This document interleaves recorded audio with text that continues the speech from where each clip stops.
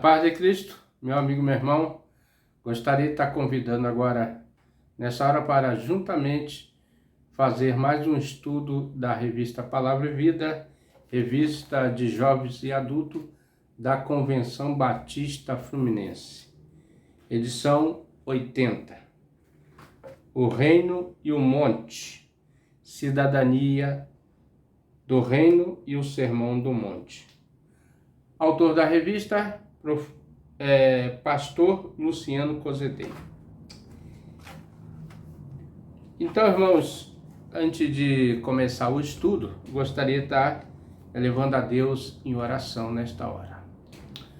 Pai querido, Deus eterno, muito obrigado, Senhor, por essa oportunidade que o Senhor nos dá de estar trazendo, ó Deus, mais um estudo para os amados irmãos, que esse estudo possa servir de edificação para a tua igreja. Abençoa, Senhor, nos dê sabedoria e entendimento para ensinar, ó Deus, aquilo que for necessário para a edificação da tua igreja. Em nome de Jesus, nós te agradecemos. Amém. Então, irmãos, estaremos estudando nesse quarto trimestre o Reino e o Monte, a cidadania do Reino e o Sermão do Monte. Já estudamos a primeira lição, agora estamos na segunda lição, a lição número 2, e ela também tem como título o caráter cristão. O texto básico é o mesmo da semana passada, só com diferença, que é de 3 a 12 versículos. E nós não vamos ler o versículo, o texto, porque nós vamos falar de cada versículo detalhadamente nesse estudo. Basicamente é o estudo do Sermão da Montanha, que vai caracterizando cada bênção ali. Queria falar também sobre o que é caráter, Vamos destrinchar aqui o que significa caráter. Caráter é um termo formado por meio de obediência das leis da vida conforme reveladas pelo Evangelho de Jesus Cristo, que veio ao mundo para que tivéssemos vida e tivéssemos vida com abundância. Está em João 10:10. A principal preocupação do homem na vida não deve ser a aquisição de ouro, fama e bens materiais, João, vamos ler aqui o versículo, João 10, João 10, o Evangelho de João 10:10, que diz assim: o ladrão não veio senão a matar, roubar e a destruir. Eu vim para que tenham vida e tenham com abundância. Então, o ladrão ele veio matar, roubar e destruir, Na verdade, Jesus, ele faz o contrário, ele dá vida em abundância.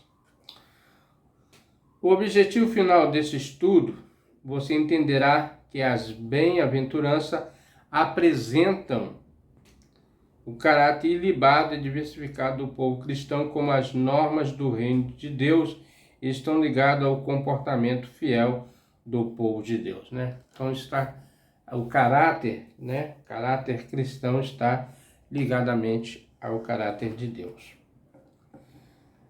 Alguns afirmam que as bem-aventuranças, as prescrição, ou as ordens de Jesus para a fidelidade humana.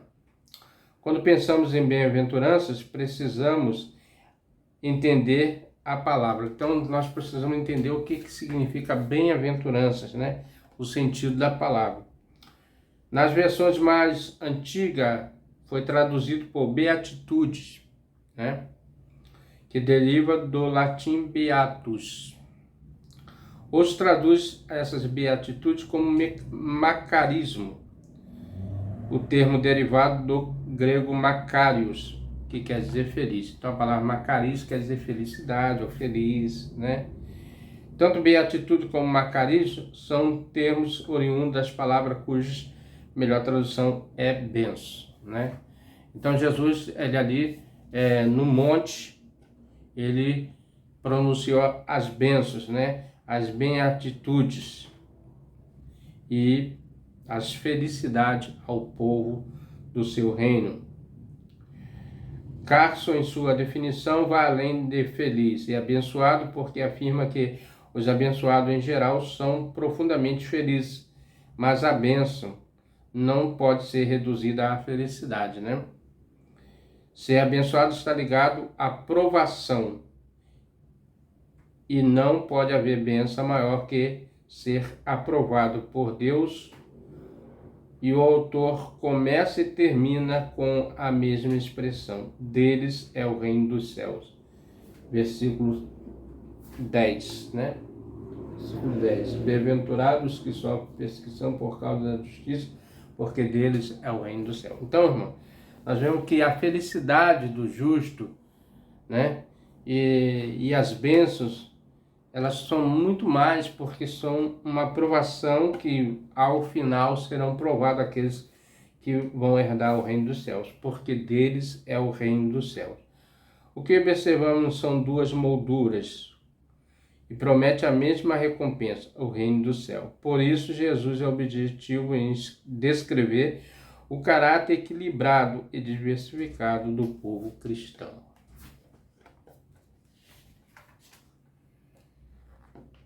O primeiro tópico e o único tópico desse estudo, né, que nós observamos aqui,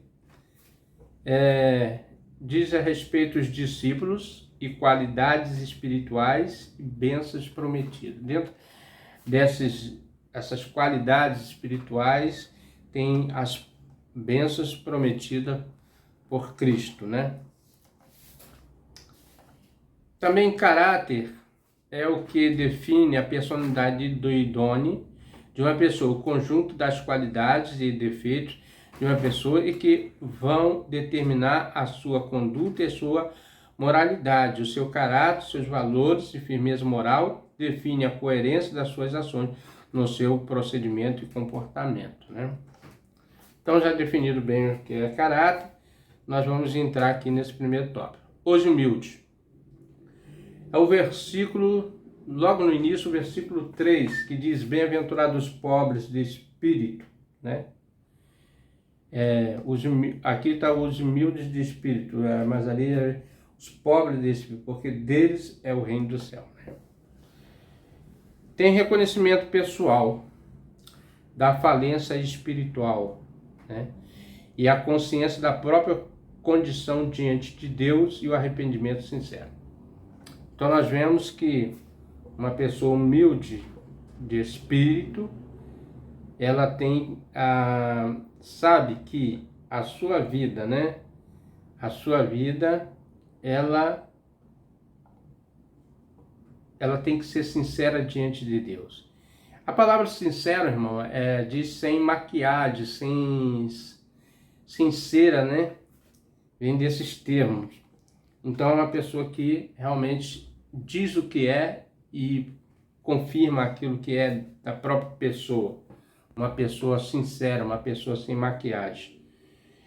É um esvaziamento do senso de justiça própria, autoestima moral e vanglória pessoal.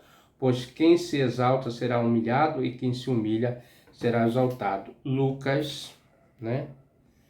Lucas 18. Lucas 18, 10 a 14.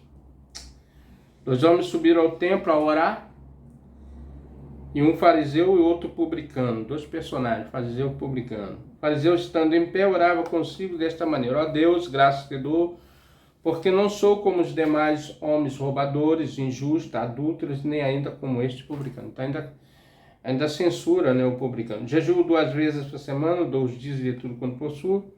O publicano, porém, estando em pé, de longe, nem ainda queria levantar os olhos ao céu, mas batia no peito, dizendo: ó Deus, tem misericórdia de mim, pecador. Então ele reconhecia o seu estado.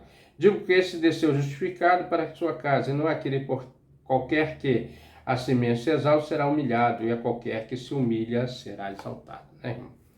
Então, os humildes serão uns dos tais que herdarão os céus, né? O reino dos céus, ou reinos de Deus, né? No versículo 4 ele diz assim: bem-aventurados que choram, porque deles serão consolados, né? Reconhece o seu estado diante de Deus. Esse choro é de pesar pelo próprio pecado. Então ele se sente pesaroso, né, por ter cometido esses pecados, sabendo que Deus é um Deus perdoador. A tristeza de alguém que vê a si mesmo e declara isso sinceramente. Como afirmou o profeta Isaías 6:5, quando ele viu o rei, o Senhor dos exércitos, viu a si o seu próprio estado. Então nós vamos ver aqui no livro de Isaías, né? 6:5. Então disse eu: ai de mim, pois estou perdido, porque sou um homem de lábios impuros e habito no meio de um povo de impuros lábios. E os meus olhos viram o Rei, o Senhor dos exércitos. Isso aqui, Isaías tendo essa visão quando viu o Senhor Deus, né? E ele viu que como impuro ele era, né? E como ele precisava melhorar diante de Deus.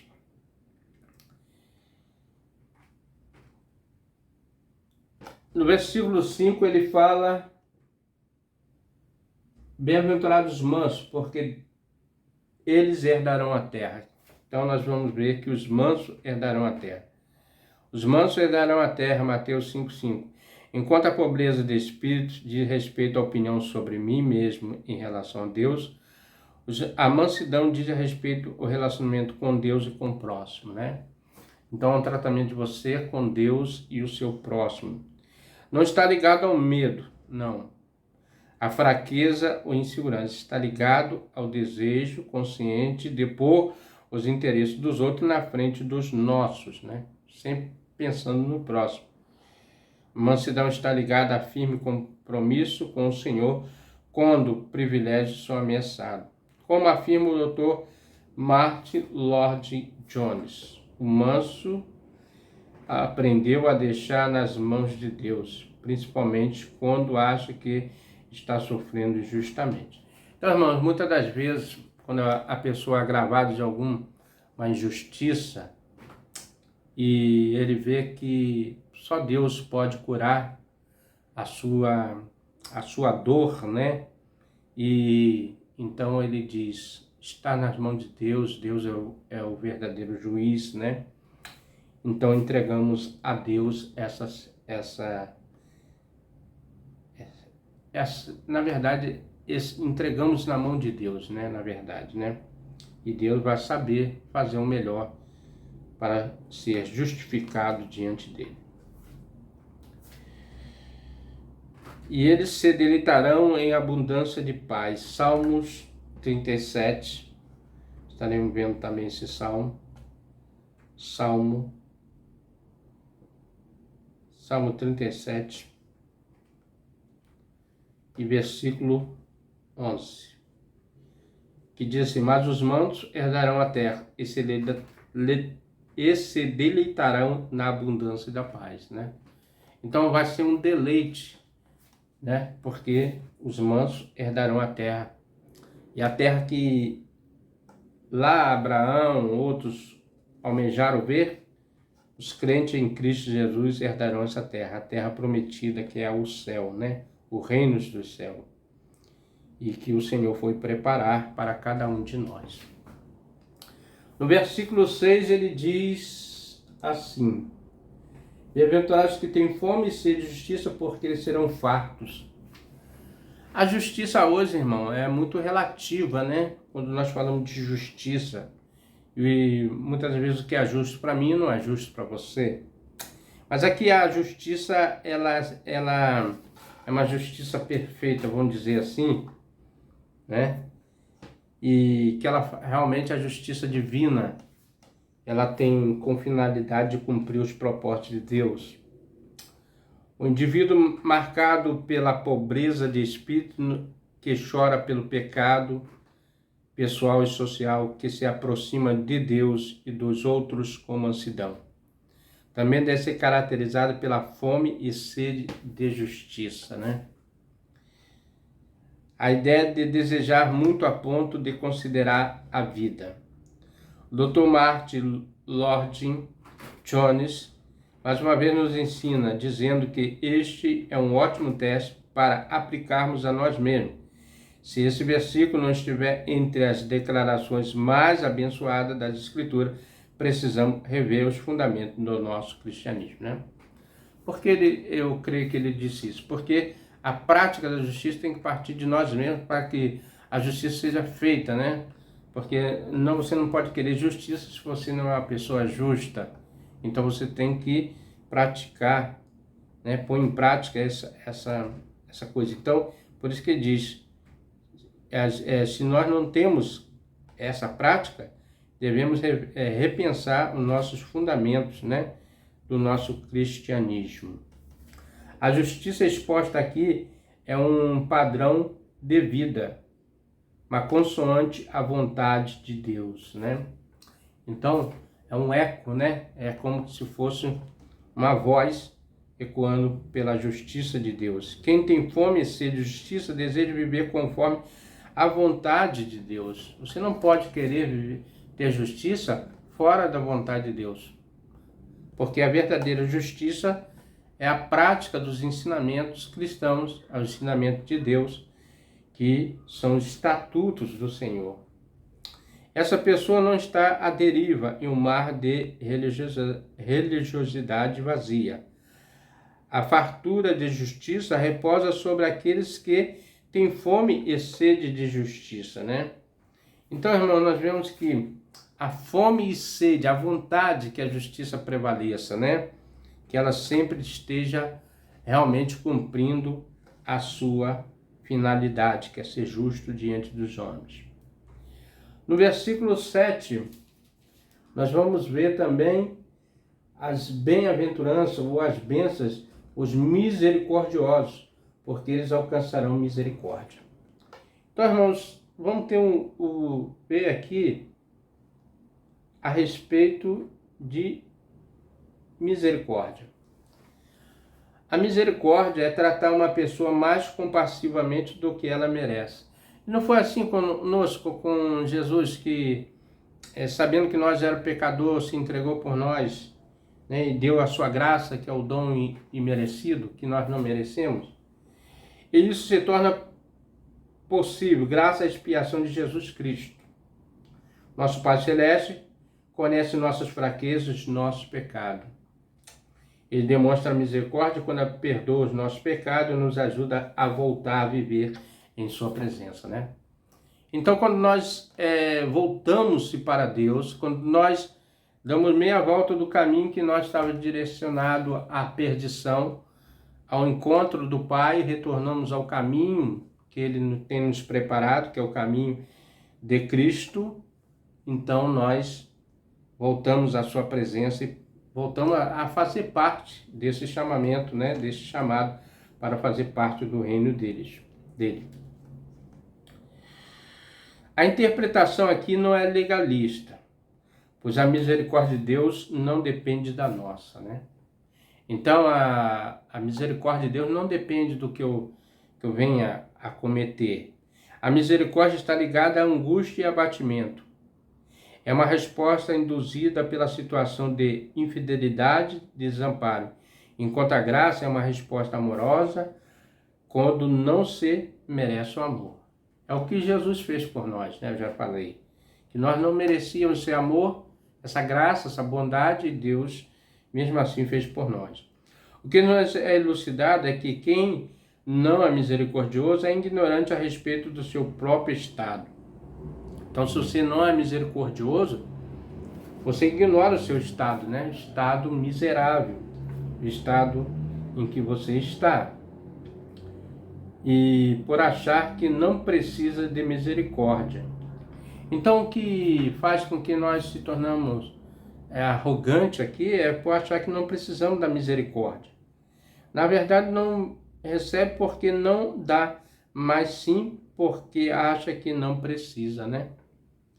O povo de Deus deve ter plena consciência da sua miséria espiritual, a ponto de entender os 70 vezes 7 ensinado por Jesus. Então é necessário que haja realmente misericórdia, né? Quando aqui é mencionado essa passagem é porque você deve perdoar, né? Você deve ter misericórdia do seu semelhante, porque se você também é um pecador, né? Se você é um pecador e pode cometer também esses pecados. Vamos ler aqui Mateus 18, 21 e 22, né? Então Pedro, né, aproximando dele, disse: Senhor, até quantas vezes pecará o meu irmão contra mim e eu lhe direi até 7? Jesus lhe disse: não te digo que é até 7, mas até 70 vezes 7. Então não há limite, né, para perdoar. No versículo 8 nós vamos encontrar as bênçãos, os bem-aventurados limpos de coração, porque eles verão a Deus. Então, a promessa é que os limpos de coração verão ao nosso Pai Celestial. E ele nos diz aqui no versículo 8, né, o seguinte: pureza de coração é pré-requisito. Quer dizer, o pré-requisito para que você possa, né, a entrar nesse reino, indispensável para a comunhão com Deus. Vamos ler aqui o versículo do Salmo 24, 3 e verso 4. Aí diz assim: quem subirá ao monte do Senhor, quem estará no seu lugar santo? Aquele que é limpo de coração e puro, aquele que é limpo de mãos e puro de coração, que não entrega a sua alma à vaidade, nem jura enganosamente, né? Esses, com certeza, irmão, vão estar no reino dos céus, né? Deus é bom para com coração limpo. Salmo 73, 1. Salmos 73, versículo 1. Verdadeiramente, bom é Deus para com Israel, para com os limpos de coração. Então Deus se agrada com a pessoa que não tem mágoa, que não tem receio, né? Que ele é limpo de coração, né? Limpo do grego quer dizer bar, significa sincero, uma pessoa sincera, né? Sincera. Não podemos confundir pureza de coração com observância de regras. É mais do que isso, está ligado à nossa essência. Então, normalmente a pessoa, ela já vem com esses atributos, né? Uma pessoa sincera, uma pessoa que realmente quer ver a face do Senhor. Não podemos confundir pureza de coração com observância. E mais do que isso, está ligado à nossa essência. Então já comentamos isso aqui. No versículo 9, nós vamos ver mais uma bênção, mais uma bem-aventurança. E, como já disse no outro estudo, a palavra, essas duas junções de palavra bem-aventurados, né? E são uma junção de palavras, né? Bem-aventurados os pacificadores, porque eles serão chamados filhos de Deus. Versículo 9, né? O que isso quer dizer, irmão? As bênçãos são para os pacificadores.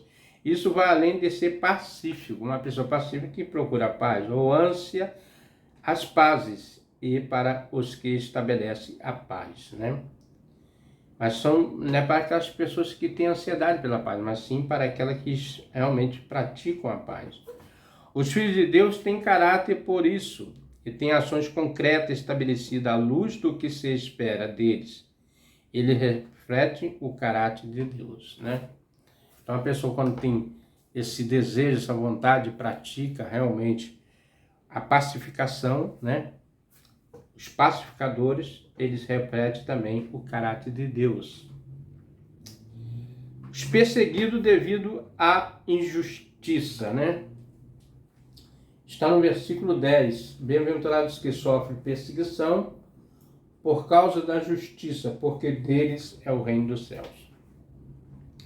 Então, irmãos, os perseguidos devido à justiça, né? Mateus 5,10. Não são aqueles que defendem alguma causa política e religiosa, né? São os que sofrem perseguição devido à justiça. Mas a justiça aqui é divina, né? Dikaiosune. Deve ser isso, deve ser em grego, né? Creio que é isso. Estado daquele é o que se deve ser. Vamos ler aqui esse texto de Pedro, 1 Pedro, cartas, ou epístola do apóstolo Pedro, primeira carta do apóstolo Pedro, capítulo 3, e versos 13 a 15, 3 versos, né? E qual aquele que vos fará mal for seguidor do bem, mas também se padecer por amor da justiça, sois bem-aventurados. E não temais com medo deles, nem vos turbeis. Antes santificai ao Senhor, Deus, os vossos corações, estáis sempre preparados para responder com mansidão e temor a qualquer que vos pedir a razão da esperança que é em vós. Irmãos, perseguição, devido à perseguição, muitas das vezes a perseguição aqui é em favor do Evangelho. Quando você é perseguido em nome de Cristo, há uma coisa que nós possamos dizer, né? E aqui nesse verso 15, irmãos, principalmente nesse verso 15, deixa bem à vontade, né? Porque as pessoas, normalmente, elas têm uma ideia de igreja, de servo de Deus diferente, né? Mas o que diz aqui, antes de santificar o Senhor em Deus os vossos corações, estáis sempre preparados para responder com mansidão. Então, quando alguém abordar você, ou você for abordado por alguém em relação à sua fé, como você crê no Evangelho, em Cristo, sobre a igreja, você vai ter uma resposta branda e mansa para dar a sua razão da sua fé e da sua esperança. A esperança, Senhor, irmãos, aqui é que um dia todos nós, que estiver apto a morar nesse lugar chamado céus, o reino dos céus. Foi isso que Jesus ensinou aqui, né, na montanha, o reino dele, o reino dos céus. Como príncipe que ele é, como rei dessa nação, né, como governador, ele trouxe alusão ao reino dele e ele colocou ali as suas regras para que cada um de nós fosse morar nesse lugar, nessa cidadania celestial, que é o reino de Deus, o reino dos céus, né? E por isso que eu tenho esse versículo assim muito especial, porque ele trata que quando nós formos abordados por qualquer pessoa, nós venhamos a trazer ao conhecimento das pessoas a maravilhosa como fazer parte desse reino celestial. Eu creio que você possa entender que o reino do céu é um lugar muito especial.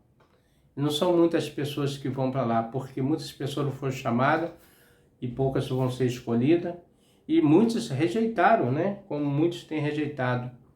Então, meu irmão, eu e você, venhamos a ter a convicção que esse lugar foi preparado para nós, né? Como diz aqui, deles é o reino dos céus. Deles quem? Todos aqueles que crê em Jesus Cristo como Salvador. Já estamos, irmãos, caminhando para o final do estudo, né? É um estudo muito breve, mas com muita profundidade, na verdade, né?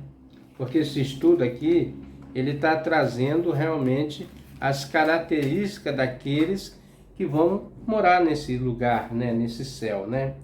E nós vemos aqui que as bênçãos, as promessas que o Senhor foram feitas a esses cidadãos dos céus.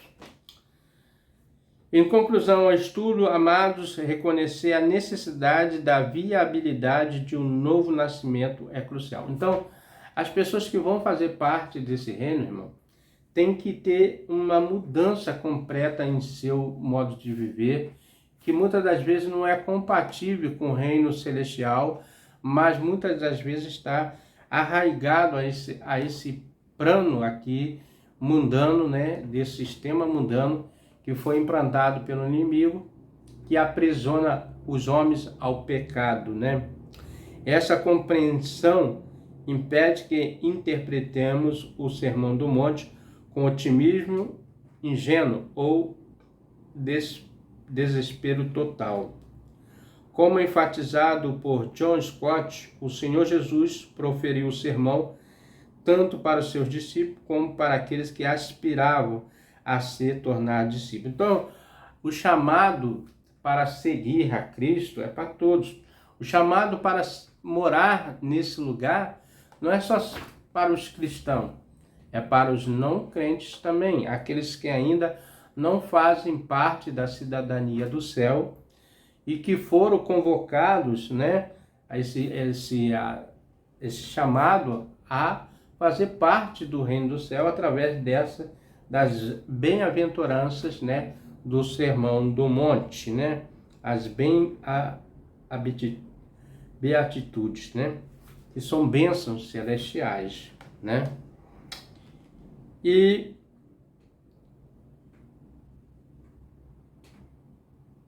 ele elevado padrão que ele estabeleceu pertinente para ambos os grupos. O padrão de Deus é um padrão elevado porque implica em caráter ilibado, né? São pessoas altamente qualificadas espiritualmente porque deixaram o pecado para trás e passaram a ter uma vida de santificação, procuraram ter uma vida digna diante de Deus e rejeitaram os ensinamentos do mundo e passaram a viver nos padrões de Deus e nos padrões de Cristo, que foram estabelecidos aqui, e nós vamos reler cada um deles, né? Que foram a cada um aqui falado nesse sermão. Os humildes, os que choram, os mansos, os que têm fome e sede de justiça, os misericordiosos e os puros de coração e os pacificadores, e todos aqueles que foram perseguidos devido à justiça, né? Porque passaram a seguir a Deus. Então, irmãos, nós vemos o elevado padrão que ele estabeleceu e que foi pertinente a todos os grupos, estando diante de uma fonte inesgotável de riqueza, e expressa as palavras simples e ideias profundas. Realmente, quando você aprofunda no ensinamento de Cristo, há uma estrutura, uma convicção, um fundamento, né? Uma base que alimenta toda uma sociedade, porque são fundamentos simples, mas são profundos, que eleva o caráter do homem e aperfeiçoa, e que traz ao homem na posição que ele foi criado, né? Simples, modesto, mas também com uma inesgotável fonte de vitalidade, riqueza, porque nós somos a imagem e semelhança do Criador, né? Profunda, diante disso, que todos vivamos para a glória, para a sua glória, né? A glória de Deus.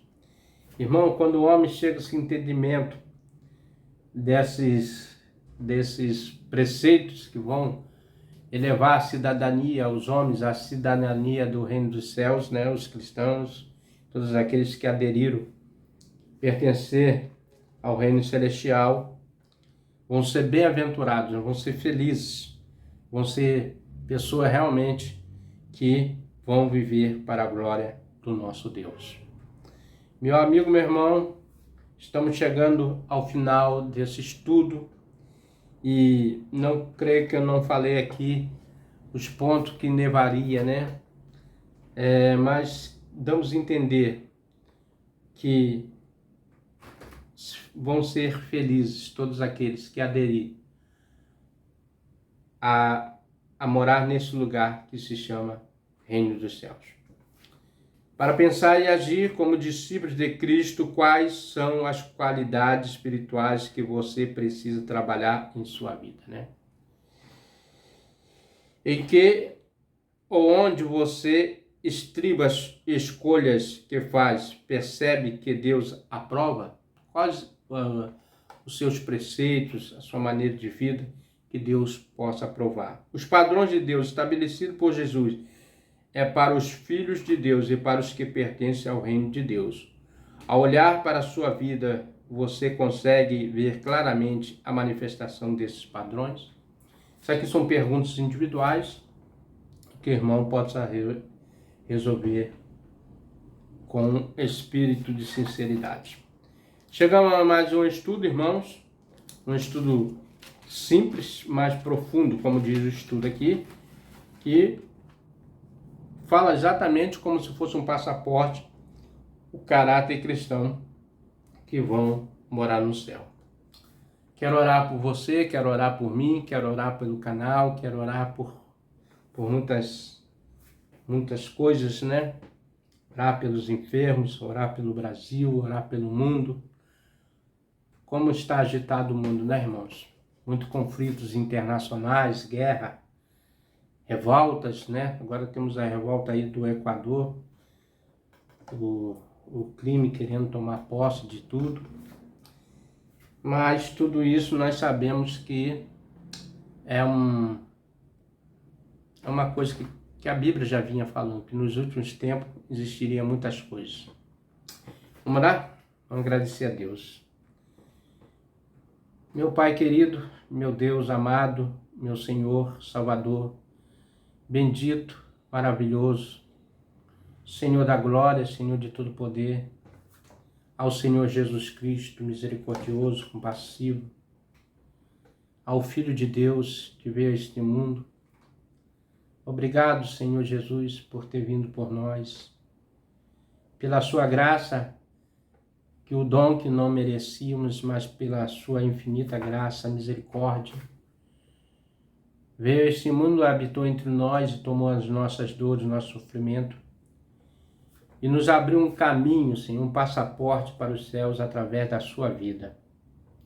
Pelo sacrifício vivo que o Senhor fez no Calvário, rasgando de alto a baixo o véu que estava no templo, e foram abertos os nossos entendimentos para crer no Evangelho poderoso do Senhor Jesus Cristo, que fala de tudo aquilo que nós precisamos ouvir, que é a libertação da nossa alma do pecado.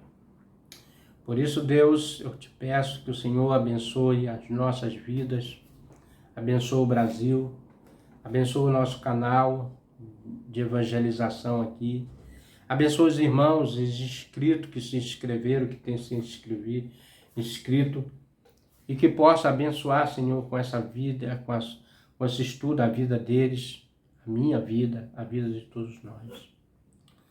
Deus, como é bom estar aqui na sua presença, transmitindo o teu evangelho às pessoas que ainda não crê, que ainda não sentiram o desejo e o toque do Espírito Santo.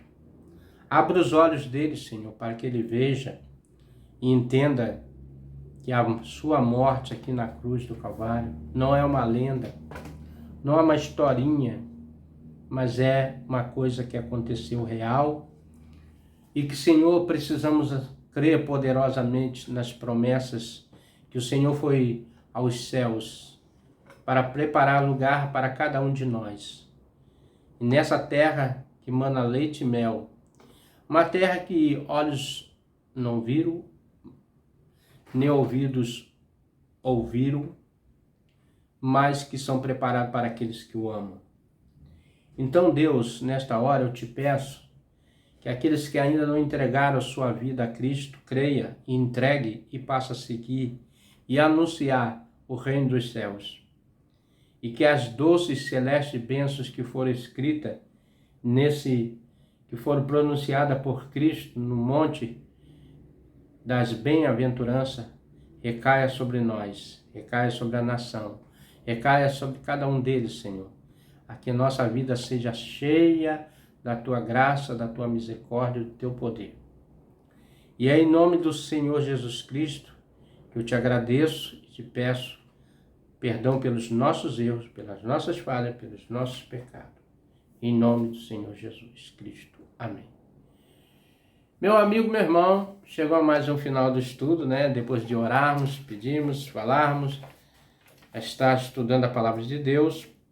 Quero já deixar aqui o meu pedido que você que ainda não tem a revista em PDF, vá lá na Convenção Batista Fluminense e baixe o aplicativo, né? Que está lá, disponível para todo mundo.